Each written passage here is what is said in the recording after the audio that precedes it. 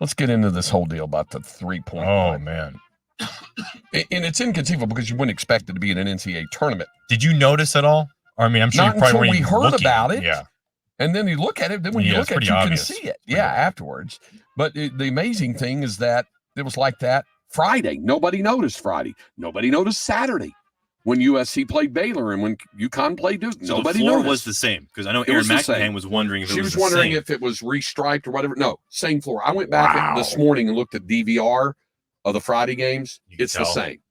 It's the same. So, do you know who first noticed it? Yeah, Vic Schaefer. He was going heel to toe, walking it off during NC State's warm-ups. He brought it to the attention of the tournament officials, and they decided to go ahead and not delay to just go ahead and do it. All right, so the NCAA issued a couple of statements yesterday about it. And to be quite honest, we're kind of defensive about it at first. The NCAA will have no further comment. It was blah, blah, blah. Okay, today, first of all, they want you to know the line's been corrected. So tonight's game between USC and UConn, it'll be fine. Everybody wanted to know who the vendor was that did the floor, and the NCAA wouldn't comment. Well, they did today because they wanted to throw the vendor under the bus. Oh, there we go. Connor Sports. The NCAA uses Connor, C-O-N-N-O-R, Connor Sports to supply and install the courts. The NCAA said the marking used to draw the line at the top of the arc was marked too short. The quote was, for all NCAA courts, a small hole is punched in the floor at each end of the court that indicates center of basket during the finishing process. A calibrated vinyl tape device is then placed in the hole, which lays the 2-inch game line to be painted. That was the email that went out.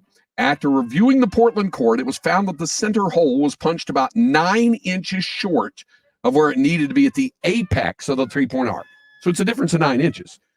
Connor Sports and the NCAA found the inaccurate line was the result of human error by the finisher contracted by Connor Sports. The review also found the sides of the 3-point line were accurately painted, as were all other court markings. So it's like, oh, we got everything else right. The NCAA said, we apologize for this error and the length of time for which it went unnoticed. Simply put, this court did not meet our expectations, and the NCAA should have caught the error sooner. You think? We will work with all of the NCAA suppliers and vendors to establish additional quality control measures to ensure this does not happen in future tournaments.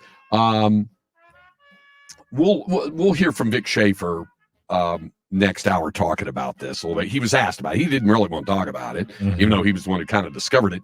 But we'll hear some comments from him next hour about this. Let me just say this. Vic says, and I don't know if we'll have it in the soundbite with that, but he said, I'm not going to say this, but he said, I've got some friends in the business who would say this could only happen in the women's game. And unfortunately, he's right. It's not because of a necessary slight by the NCAA.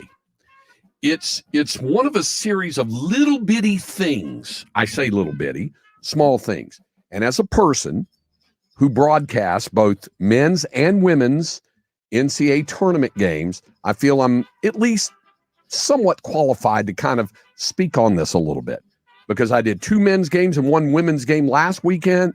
And this past weekend, I did 2 women's games. So I go through all of the protocols and the media policies, and I notice little things that are different between the men's tournament and the women's tournament. For example, here's what I mean by little things. In the media workroom for the women's tournament, there are no Ethernet cables as opposed to the men's. In the women's tournament, they might have televisions out there, but not tuned to the right channel, and nobody has a remote, and you have to fight your way through it. The men's, and you saw it in Charlotte, they've got all the games up on the walls. Walk in the media lounge in the women's tournament, whatever. It's on some random channel. And you say, okay, well, that's a little thing. Exactly. It's a little thing. There are lots of these little things, nuances, differences that I notice between the men's tournament and the women's tournament. Malt boxes below the feet so you can carry the news conferences. They had it this weekend, but they don't always have it at a lot of those places. Big 12 women's tournament, they usually did not. They had it this past year because for the first time it was at T-Mobile. So it's a series of little things. And you said, well, why does that happen? I'll tell you why. Because they're not as fully staffed. There aren't quite as many people working with, and that's wrong. That's wrong. It should be done exactly the same on that.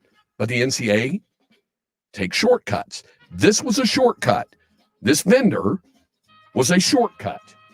And that's why it happened. And that's why it winds up an inconceivable.